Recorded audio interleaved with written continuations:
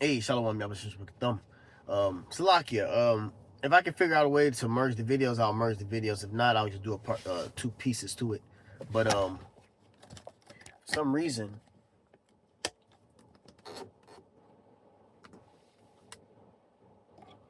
the goddamn, the phone mount is not sticking the proper way, so it went off.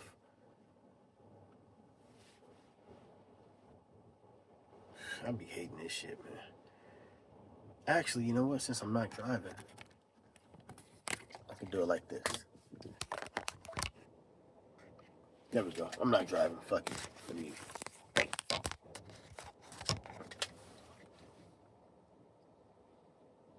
Where's the fucking camera? Right here. Okay. No. Bear with me, Salakia. This should be tripping me out. But I was making mention of the lion and the gazelle, or the cheetah and the gazelle, or whatever. Like I said, like the scripture said, we make of ourselves a prey. Okay, so we're a prey to these devils. Okay, so a lion or a gazelle sits and waits, lies in wait to see the weakest one, maybe the baby, you know, and they pounce. Okay, so that's what this devil is doing. He said, "Let us lie in wait, for he is not for our turn." And he is clean contrary to our doings. I said that earlier. It's saying, he upbraideth us with our offending the law, and objectioneth to our infamy, the transgressings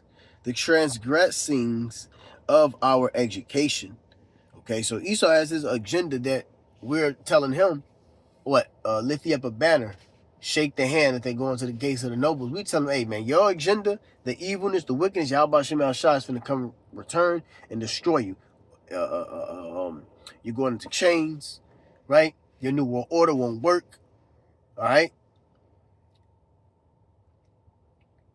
you're not gonna win. That's what we're telling this devil, and he like, okay, we'll see. It's saying we are esteemed of him. I'm sorry.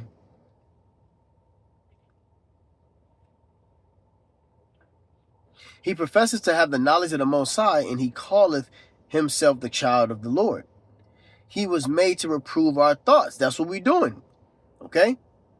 He is grievous unto us, even to behold, for his life is not like other men's. His ways are of another fashion.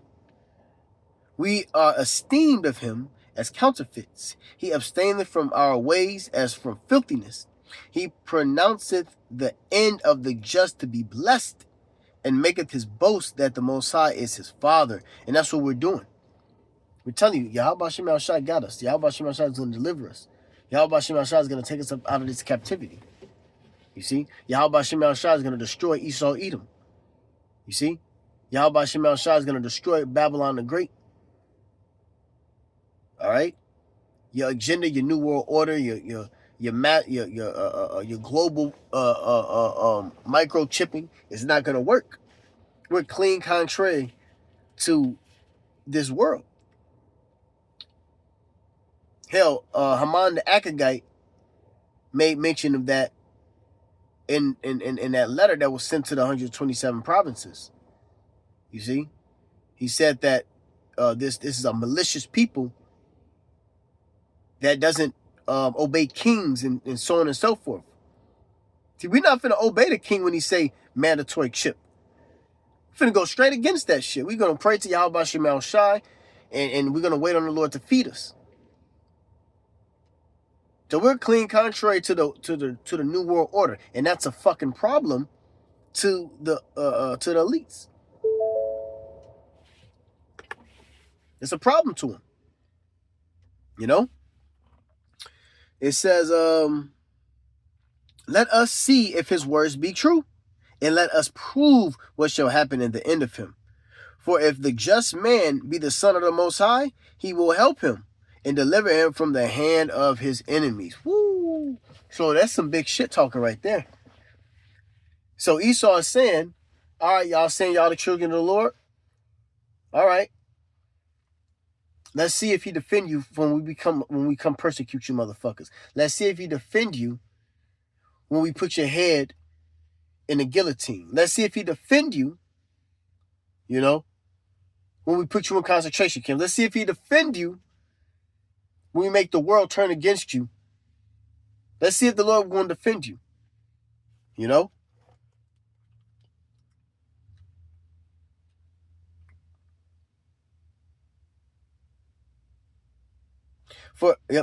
Let us examine him with despitefulness and torture, that we may know his meekness and prove his patience. Woo! So they gonna come with it. These devils, they gonna come with it, but that's cool. That's fine. They're supposed to, because as Esau has the mind that I'm finna show them that I'm a god. See Esau, he's on that mentality to prove that he's a god. How about Shema? They ain't gotta prove shit. You gonna know that this is the power.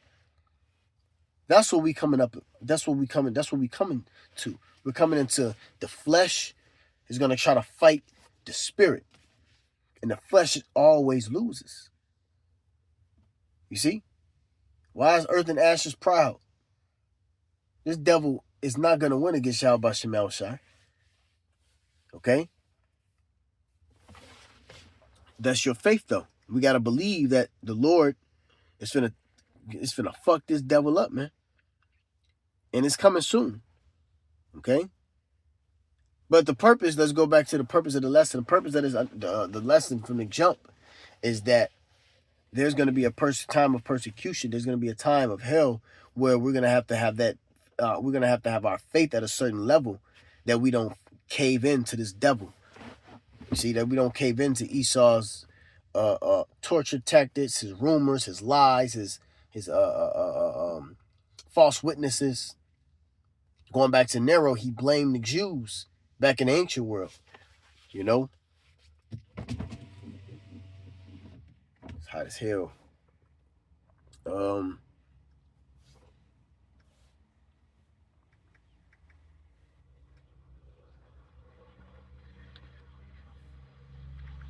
I'm finna type in something real quick.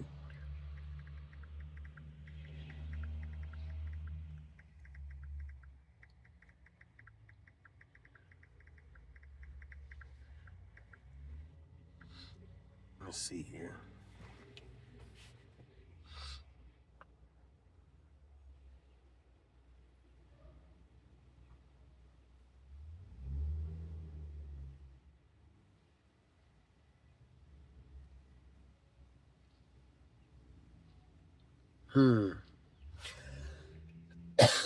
Okay, so they corrected me, which is good. I'm glad that they did it like that. I put in, did Nero blame the Jews for the fire he started in the Roman Empire? And it said no, Nero did not blame the Jews for the great fire of the Rome in 64 BC.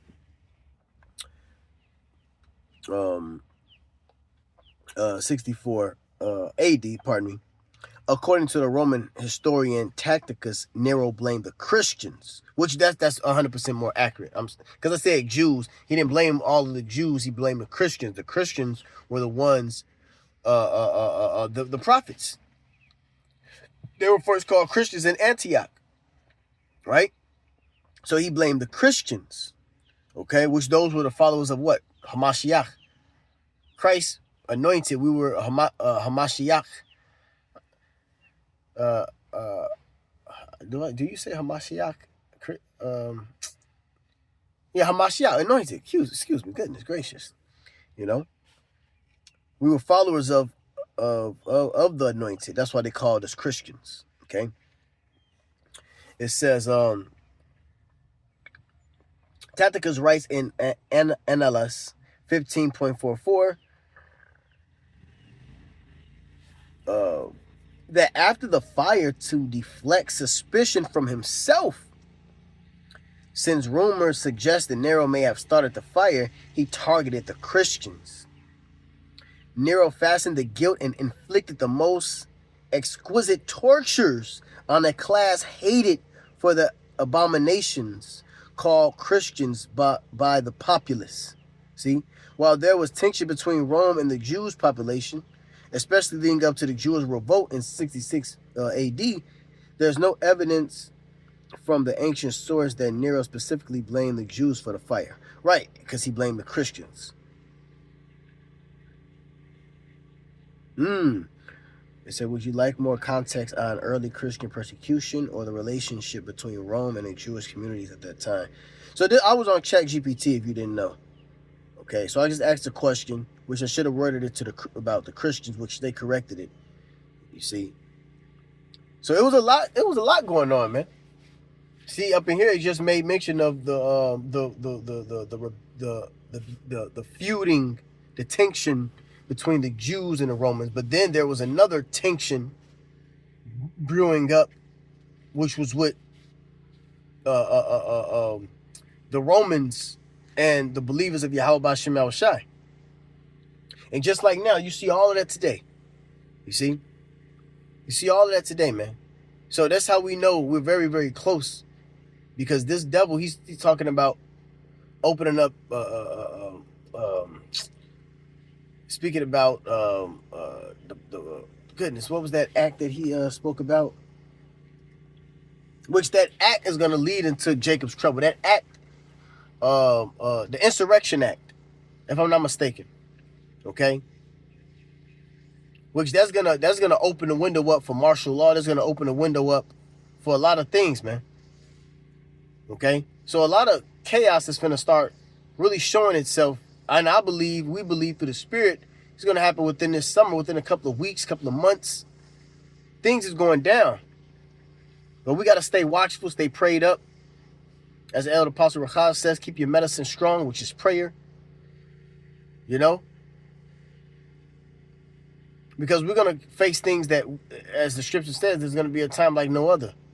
So we're going to face some shit, man. We're going to face a lot of things, man. So you got to start gearing if you haven't already. For you young bros that's new to the camps or new within the camp or on the other side of the line, just watching videos for now, taking your notes, you got to understand, like, look, you got to count the cost. This is what this is about.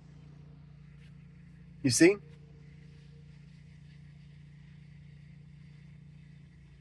This is about you're gonna suffer. You're gonna catch hell. And ultimately, this devil, Esau Edom, he's gonna try to take your life.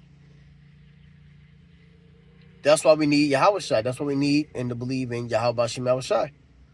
Have that faith, because guess what? If he do take your life, you have a crown waiting on you. But that's only if you're doing the ministry the proper way. That's only if you have no guile, no deceit. That's the only way you're going to get defended. A lot of people ain't going to get defended. All right? Last precept. Let's go to Acts. Because like I said, my first thought was thinking about this, on how they said we so-called changed the world upside down. Turned the world upside down, and we are the issues and the problems. And the ultimate is because of we speak in prophecy, and the prophecy is happening, and people don't know how to handle it. That's a reality check. Like the brother, the brother got a page, not a page, but a series going on Uriah called Reality Check. Reality is finna start checking you people. Let me get this last precept, and I'm gonna end it. It's in Acts the 17th chapter. Dang, where'd it go?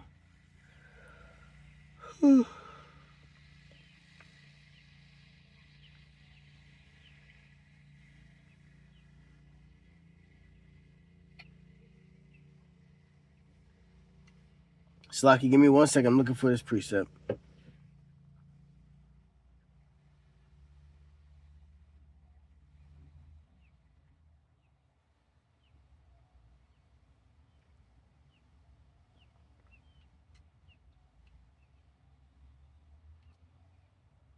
Damn, what's going on? Give me 1 second. I'm sorry.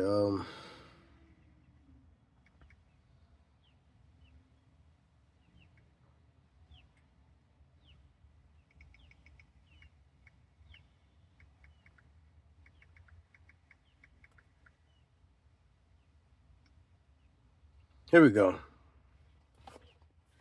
Acts 17.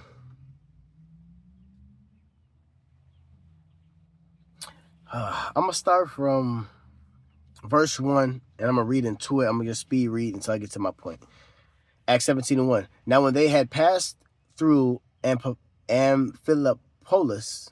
Amphipolis and Apollonia, they came to Thessalonica, where was a synagogue of Jews. And Paul, as his manner was, went unto them, and 3 Sabbath days reasoned with them out of the scriptures, opening and alleging that Hamashiach must needs have suffered and risen again from the dead, and that this Yahushua whom I preached unto you is Hamashiach. Okay, he's breaking bread, breaking down the word. And some of them believed and consorted with Paul and Silas, and of the devout Greeks a great multitude, and of the chief women not a few. But the Jews which believed not, moved with envy, took unto them certain lewd fellows of the baser sort, and gathered a company, and set all the city up an uproar, and assaulted the house of Jason, and sought to bring them out to the people. And when they found them not, they drew Jason and certain brethren unto the rulers of the city, crying, These that have turned the world upside down and are come hither also. See? That's it. These are the ones that turned the world upside down. We're going against the grain of your norm. We're breaking down the strongholds of false philosophies, false gods and ideologies and doctrines. Like they were doing back in there. You know, the Greeks, they had all type of things that they worshipped. And the prophets, the men of the Lord, the believers, the Christians, as they say, were cutting all that shit to smithereens, man. Proving that there's no other God but Yahweh. And he sent his son Yahushua. You see? But that didn't sit right with them. Okay? They made themselves a prey.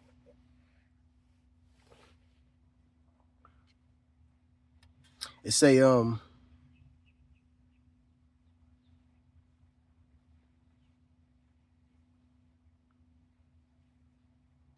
Jason had received.